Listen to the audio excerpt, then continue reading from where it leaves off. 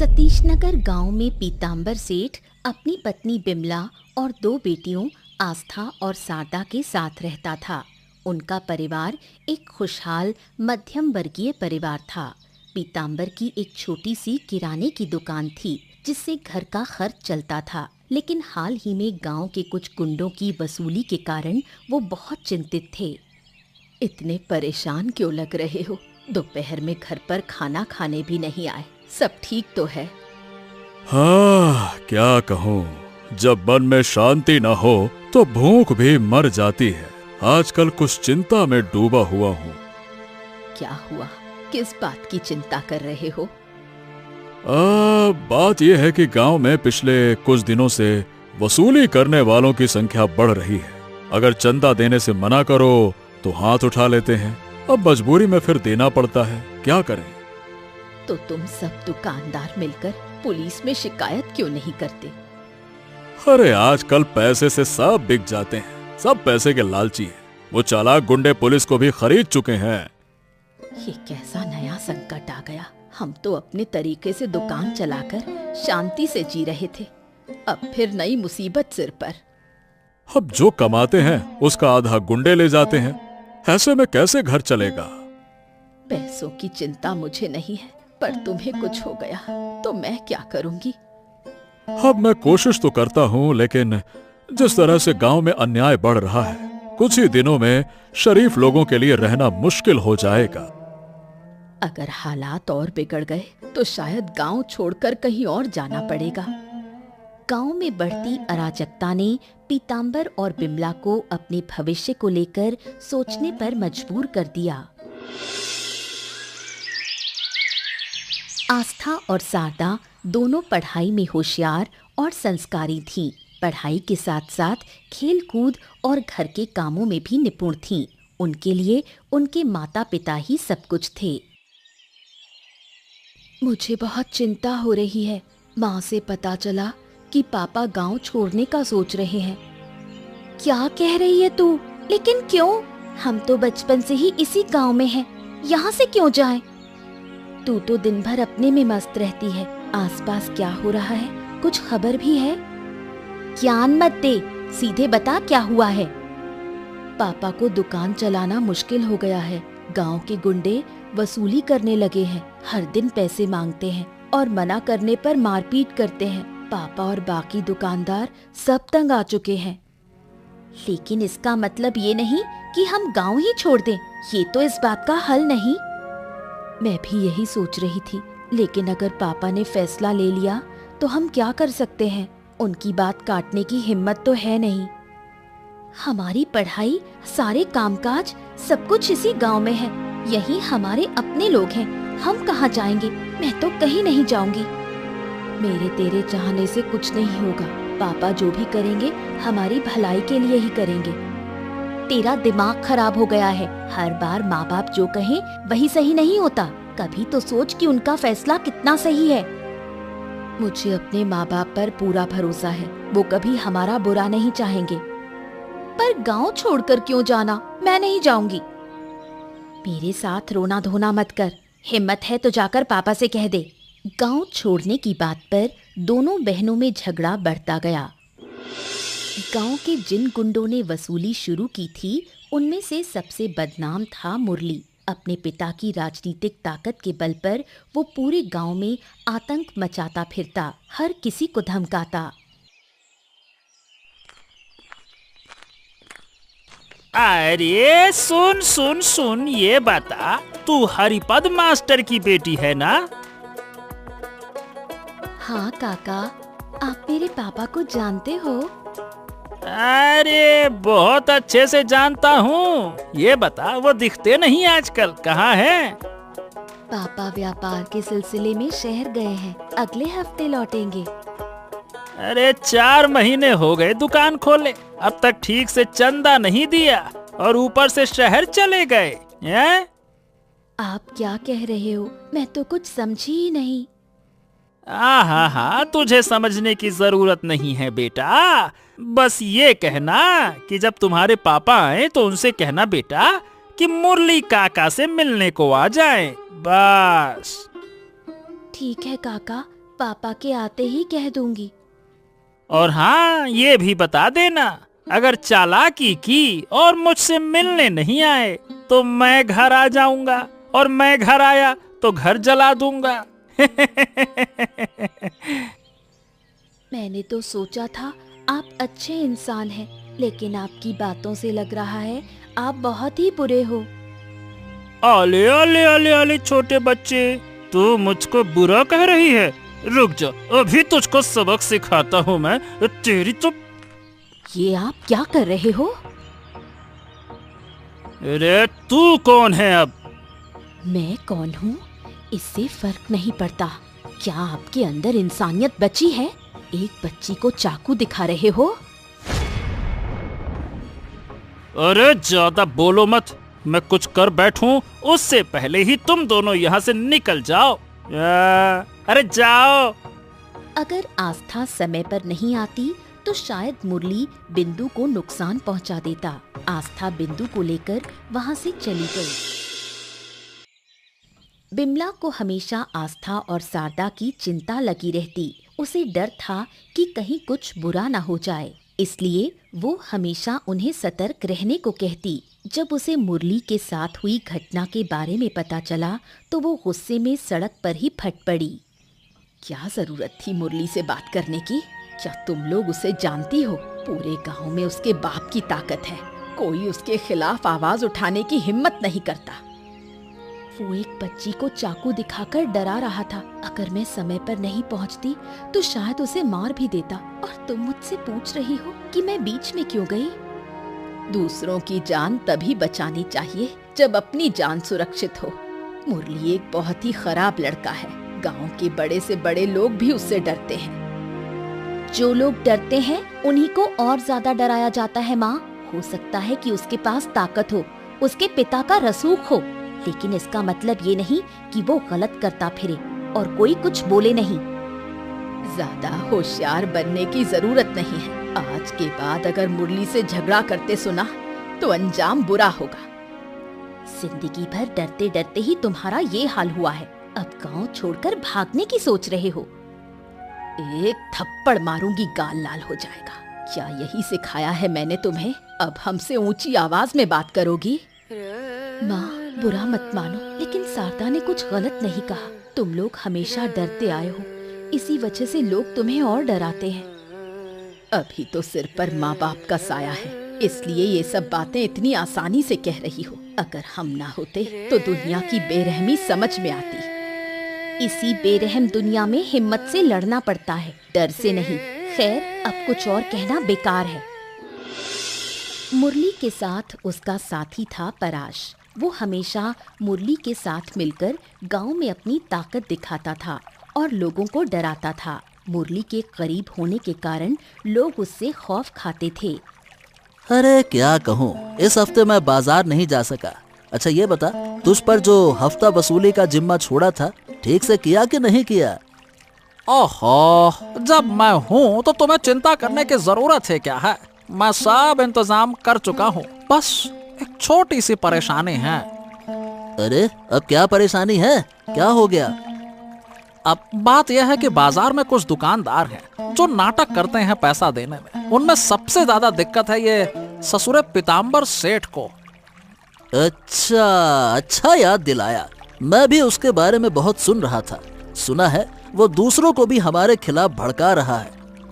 और नहीं तो क्या, बूढ़े को कुछ ज्यादा ही पंख लग गए हैं। पैर कबर में लटके हैं, लेकिन मुंह बहुत चल रहा है। लगता है कि अब उसके पंख काटने पड़ेंगे। और नहीं तो क्या, अगर वो ज्यादा ही उड़ रहा है तो एक काम करते हैं, उसको उड़ा देते हैं। मुझे उड़ते हुए शिकार करने में ही बड़ा मजा आता है। सही वक्त पर ऐसा वार करूंगा ना कि हिल भी नहीं पाएगा। हाँ, तुम्हारे फैसले पर भला सवाल कौन कर सकता है। और नहीं तो क्या, पहले शहर के काम निपटा लो, फिर उस बुढ़े को देखता हूँ। चंदा नहीं देगा वो, बड़ा आया, बहुत बढ़ गया है ना। ठीक है। मुरली के शहर जाने की खबर सुनकर पीताम्बर गांव छोड़ने का फैसला करता है। जान के डर से बिमला भी मान जाती है, लेकिन आस्था और शारदा इस फैसले से खुश नहीं थीं। बस कुछ ही दिन में सालाना परीक्षा शुरू होने वाली है और अब हमें गांव छोड़ना पड़ रहा है। कितना बड़ा नुकसान है मेरे लिए। मुरली जैसे इंसान की वजह से हमारी जिंदगी बिखर गई, वरना हम सालों से चैन से जी रहे थे। बहुत समझाया मैंने पापा को, लेकिन उनमें वो हिम्मत ही नहीं कि मुरली का सामना करे।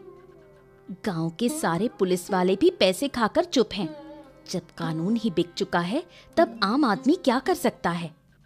इस गांव की मिट्टी, इसके रास्ते मैं इन्हें कभी भूल नहीं पाऊंगी। क्या पता अब की बार जो जाएं, फिर कभी लौटना हो या ना हो।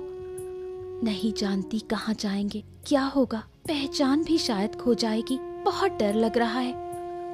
सबसे बड़ी चिंता है, अगर हमारी पढ़ाई बंद कर दी गई तो फिर हमारा क्या होगा। उम्मीद है पापा ऐसा नहीं करेंगे। हम जहाँ भी रहें, पढ़ाई जरूर चालू रहेगी। कम से कम इसी भरोसे से दिल को संभाले हुए हूँ। हो सकता है आज रात या कल कभी भी भागना पड़े। जिंदगी में कितनी उथल पुथल मच गई है। जब से मुरली के पिता गांव के मोरल बने हैं, तब से सब कुछ बिगड़ गया। लूट पाट, धमकी, हत्या, कुछ भी आम हो गया है। कोई दिन तो ऐसा आएगा जब मुरली को उसके कर्मों की सजा मिलेगी। क्या उस दिन हम इस गांव में रहेंगे? उसी शाम आस्था और शारदा अपने कुछ दोस्तों से मिलने बाहर जाती हैं, जबकि पीतांबर और बिमला घर के सामान समेट रहे थे। तभी मुरली और पराश वहां आ धमकते हैं। अरे अरे अरे अरे अरे तुम लोग, अरे तुम मेरे घर में कैसे घुस आए? रुको रुको, अरे अरे रुक जाओ। देख रहा हूँ चुपचाप भागने की तैयारी चल रही है। ये गांव छोड़कर कहाँ जाने की सोच रहा है रे बुड्ढे? है? अरे तमीज से बात करो। मैं कहीं भी जाऊं वो मेरा फैसला है। तुम बीच में क्यों टांग अड़ा रहे हो? मैं टांग अड़ाऊंगा नहीं, मैं टांग तेरी छाती पर रखूंगा साले। वैसे मुझे कोई आपत्ति नहीं है अगर आप जाना चाहते हैं, लेकिन बकाया का चंदा दीजिए। बिना चंदा दिए भागने की कोशिश कर रहे हैं आप। ये बात तो बिल्कुल पसंद ना आई मुझको। और मुरारी भाई का पैसा हड़प कर भागना चाहते हो? सोच लिया था कि हमें भनक भी नहीं लगेगी। ज्यादा बातें मत बनाओ। अगर जाना है तो पैसे देकर जाओ, वरना अच्छा नहीं होगा। अरे देखो, मैं गरीब आदमी हूँ, मेरे पास पैसे नहीं है, इसीलिए जान बचाने के लिए गांव छोड़ना चाहता हूँ। दया करो मुझ पर, दया करो। ये गरीबी की कहानी ना तू किसी और को सुना बुड्ढे। ठीक ठाक कमाता है, व्यापार अच्छा चल रहा है, तो पैसे देने में क्यों तेरी जान जा रही है? चल निकाल। तुम्हारे माँ बाप ने तुम्हें कुछ नहीं सिखाया। हम बड़ों के जैसे विनती कर रहे हैं और तुम बेशर्मी से पैसे मांग रहे हो। मुरली का गुस्सा चरम पर पहुंच जाता है। क्रोध में आकर वो चाकू निकालता है और बिमला और पीतांबर दोनों की हत्या कर देता है। फिर लाशों को वहीं छोड़कर भाग जाता है।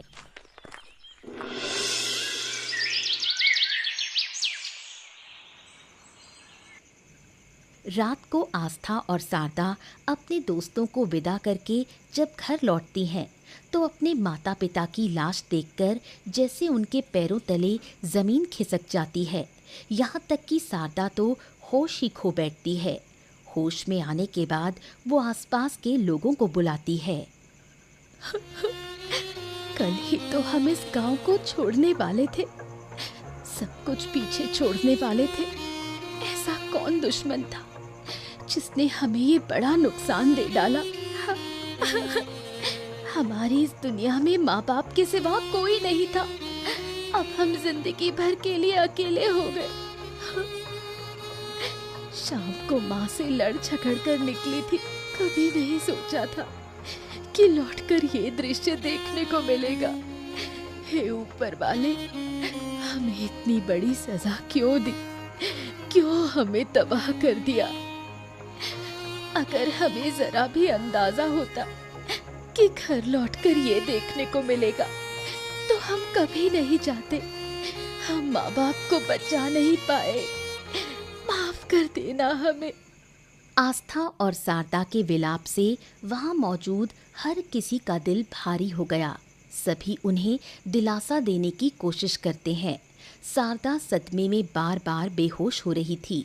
फिर पुलिस आकर लाशों को अपने साथ ले जाती है। अब क्या करेंगे दीदी, इस दुनिया में हमारा तो कोई अपना नहीं रहा। हम माँ बाप को नहीं बचा पाए, लेकिन उनके कातिलों को ढूंढ निकालना हमारी जिम्मेदारी है। हम खुद ही खोजेंगे कि ये जघन्य काम किसने किया। तू सही कह रही है दीदी, जिसने भी किया हो, अगर वो सामने आ जाए तो टुकड़े टुकड़े कर दूंगी। गुस्से में होश खो बैठना ठीक नहीं। कोई ना कोई जरूर होगा जो हमारी मदद करेगा। हमें शांत दिमाग से इसका पर्दाफाश करना होगा। इतने दुख भरे माहौल में भी दोनों बहनें दृढ़ निश्चय करती हैं कि माँ बाप के कातिलों को किसी भी हालत में ढूंढ निकाला जाएगा। गुस्से में पीतांबर की हत्या करके भाग तो गए, लेकिन मुरली के मन में डर बैठ गया था, क्योंकि उसने इससे पहले कभी हत्या नहीं की थी। वो और परेश गांव छोड़कर किसी और जगह छिप जाते हैं। अरे कितनी बार तुझसे कहा था कि हर वक्त गुस्से में चाकू निकालना बंद कर। अब देख तूने क्या कर डाला। अरे कुछ ही दिनों में गांव में मुखिया का चुनाव है। अगर पिता को पता चल गया कि मैंने ऐसा कुछ कर दिया है तो वो मुझे जान से मार देंगे। बिल्कुल मारेंगे, इसमें कोई शक नहीं है। अगर गांव वालों को पता चल गया कि इसके पीछे तेरा हाथ है तो तेरे पिता को कोई वोट नहीं देगा। अरे यार अब डांट मत, कोई समाधान बता, समाधान। मैं इस झमेले से कैसे निकलूं ये बता। समस्या तो मुझे भी पता है। हर बार तो कुछ मुसीबत करता है, फिर मुझसे ही मदद की उम्मीद रखता है कि रास्ता निकालूं। अभी तेरे पिता को कुछ नहीं बताया जाएगा, वरना मामला बिगड़ जाएगा, समझा? अबे अगर उन्हें ना बताऊंगा तो मुझे इस मुश्किल से निकालेगा कौन? जितना हम डर रहे हैं वैसे उतना डरने की बात है नहीं। अभी तक किसी को कुछ भी पता नहीं है कि हत्या हमने की है। गांव के लोग जानते ही हैं कि हम बाहर हैं, बस। हाँ ये बात तो मैंने सोची ही नहीं थी। अगर सबको लगे कि हम गांव में ही नहीं थे तो हम पर शक नहीं जाएगा। बिल्कुल सही कहा। सुबह होते ही हम गांव लौटेंगे और ऐसे बर्ताव करेंगे जैसे कुछ हुआ ही नहीं। और ये तेरा जो चाकू है ना, उसे यहीं कहीं जमीन में गाड़ दे, बस। ये हुई ना बात।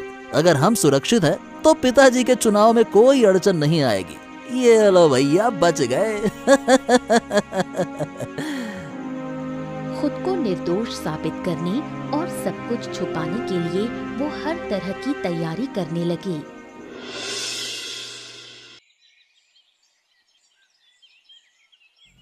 आस्था और शारदा ने पूरे गांव के लोगों से पूछताछ की, लेकिन कोई खास जानकारी नहीं मिली। लेकिन कुछ दिन बाद भानु नाम का एक लड़का दावा करता है कि वो उनकी मदद कर सकता है। भानु, तुम्हें डरने की कोई ज़रूरत नहीं। हमारे लिए हमारे माँ बाप के हत्यारों को ढूंढ निकालना सबसे ज़रूरी है। जो कुछ भी तुमने देखा या जानते हो, हमें निडर होकर बताओ। हम वादा करते हैं तुम्हें कोई नुकसान नहीं होगा। जो मैं बताने जा रहा हूँ वो बहुत जोखिम भरा है, लेकिन मैं तुम्हारा दुख देख नहीं पा रहा। बात यह है कि सरदा, जिस दिन पीतांबर काका और मिमला काकी की हत्या हुई, उसी शाम मैंने मुरली और उसके साथी परेश को तुम्हारे घर से बाहर निकलते देखा था।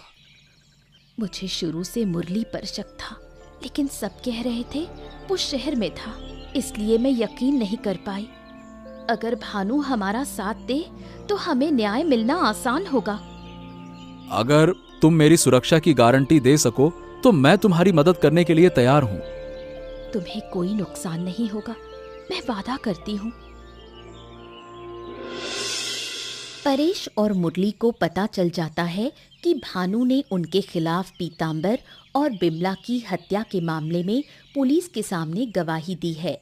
ये सुनते ही वो दोनों भानु को रास्ते से हटाने की योजना में जुट जाते हैं। अरे यार, हमने तो सोचा था कि हम सुरक्षित हैं, इसलिए गांव लौट आए, लेकिन उस ससुरे भानु ने हमारी सारी योजना पर पानी फेर दिया। सुना है कि उसने आस्था और सरदा के साथ मिलकर पुलिस के सामने हमारे खिलाफ गवाही दी है। अरे यार, ये कहाँ से निकल आते हैं लोग बाग। उस दिन जब हम हत्या करके घर से निकले थे ना, शायद उसने हमें देख लिया था। अगर उस वक्त ही मिल जाता तो साले को वहीं निपटा देते। एक और खून होता और क्या होता। क्या कहूँ, तुम्हारे पिता हमसे बहुत नाराज हैं। अगर ये बात पूरे गांव में फैल गई तो उनके चुनाव पर असर पड़ेगा। मैंने बहुत मुश्किल से उन्हें समझाया है। अरे मैं भी क्या कहूँ, मैं इतनी बड़ी गलती कर बैठा। अगर ये बात गांव में फैल गई तो पापा अगली बार मुखिया नहीं बन पाएंगे, ये फिर तय है। और अगर तुम्हारे पापा मुखिया नहीं बन पाए तो पुलिस को तुम्हें पकड़कर ले जाने में 2 मिनट नहीं लगेंगे। हाँ, वही तो, ये सब ससुरा उस भानु की वजह से हुआ है। उसकी इतनी हिम्मत कैसे हुई मेरे खिलाफ गवाही देने की। साले को तो मैं। इससे पहले कि ये सब बातें पूरे गांव में फैले, हमें एक और कदम उठाना होगा। भानु, आस्था और सरदा, इन सबको रास्ते से हटाना होगा। क्या कहता है? अरे पहले 2 हत्याएं करके हम मुश्किल में हैं और अब तू कह रहा है कि 2 हत्याओं से बचने के लिए 3 हत्या और करे। कहां से सीखता है रे ये तू सब उपाय हैं? अरे अगर हमने उन्हें नहीं हटाया तो पूरी सच्चाई गांव में फैल जाएगी और फिर तुम्हारे पापा का चुनाव तो गया। हाँ, नहीं नहीं नहीं नहीं नहीं, मैं नहीं चाहता कि मेरी वजह से पापा को कोई नुकसान हो। हाँ तो बस हमारे पास अब एक ही रास्ता बचा है और वो मैंने तुझे बता दिया है। अब तू बता क्या करना है।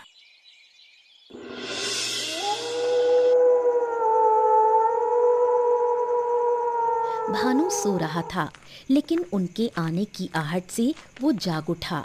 सामने उन्हें देखकर उनके पैरों तले जमीन खिसक गई।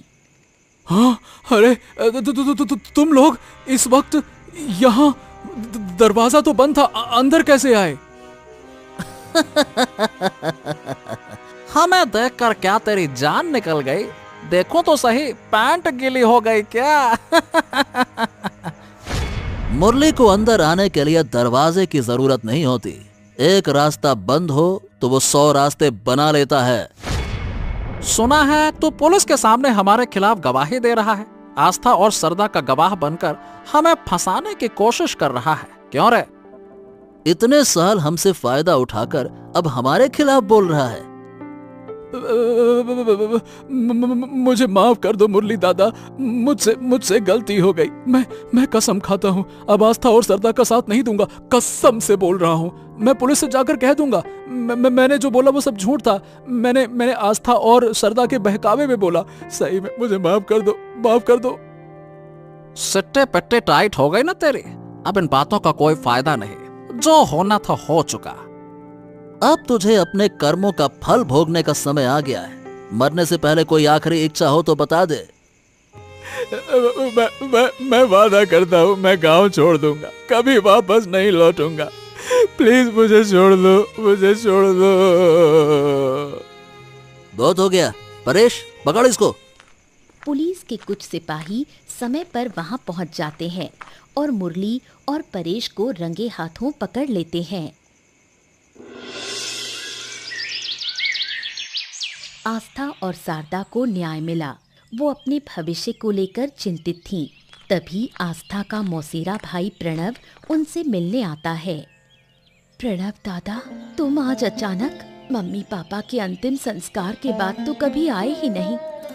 हाँ, जब भी इस घर में आता हूँ पीताम्बर मामा और विमला मामी की यादें सामने आ जाती हैं। बहुत दर्द होता है, इसीलिए कभी आ नहीं पाया। हमें न्याय मिल गया दादा। नए दरोगा बाबू और हमारी मेहनत से हम माँ बाप के हत्यारों को सजा दिला पाए। मैं ना आ सका, लेकिन सब जानता जरूर था। तुम्हारे माता पिता धन्य है जो तुम्हारे जैसी बेटियां उन्हें मिली। पूरे गांव में तुम्हारी बहादुरी की मिसाल दी जा रही है। माँ बाप ने हमेशा सच का साथ दिया, कभी किसी का बुरा नहीं किया।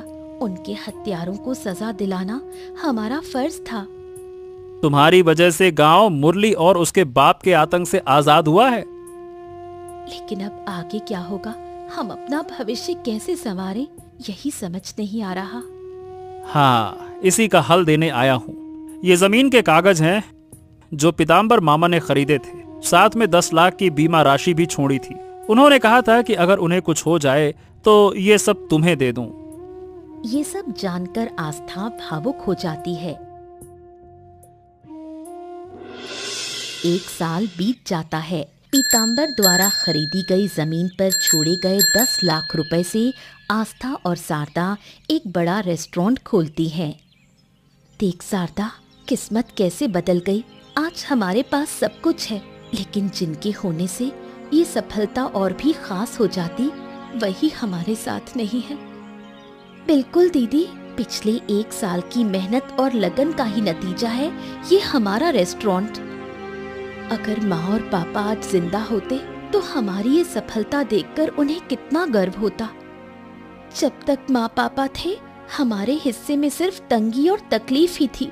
आज जब हम बेहतर जिंदगी जीने लायक हो गए हैं, तब वो हमारे बीच नहीं है। एक अफसोस हमेशा रहेगा कि माँ पापा हमारे ये अच्छे दिन नहीं देख पाए। जब वो थे, तब हम छोटी छोटी बातों पर उनसे बहस करते थे, उन्हें समझने की कोशिश नहीं की।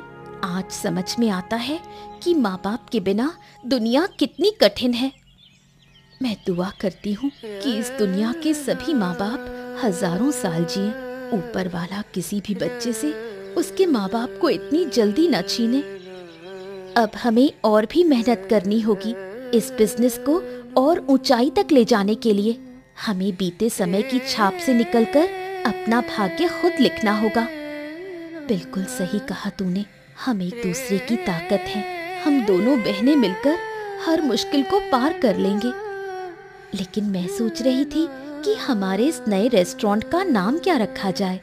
जिनकी मेहनत की कमाई से ये रेस्टोरेंट खड़ा हुआ है, माँ और पापा, उन्हीं के नाम पर इसका नाम रखा जाएगा। आज की ये खुशी, ये सफलता, सब कुछ मैं माँ पापा को समर्पित करती हूँ।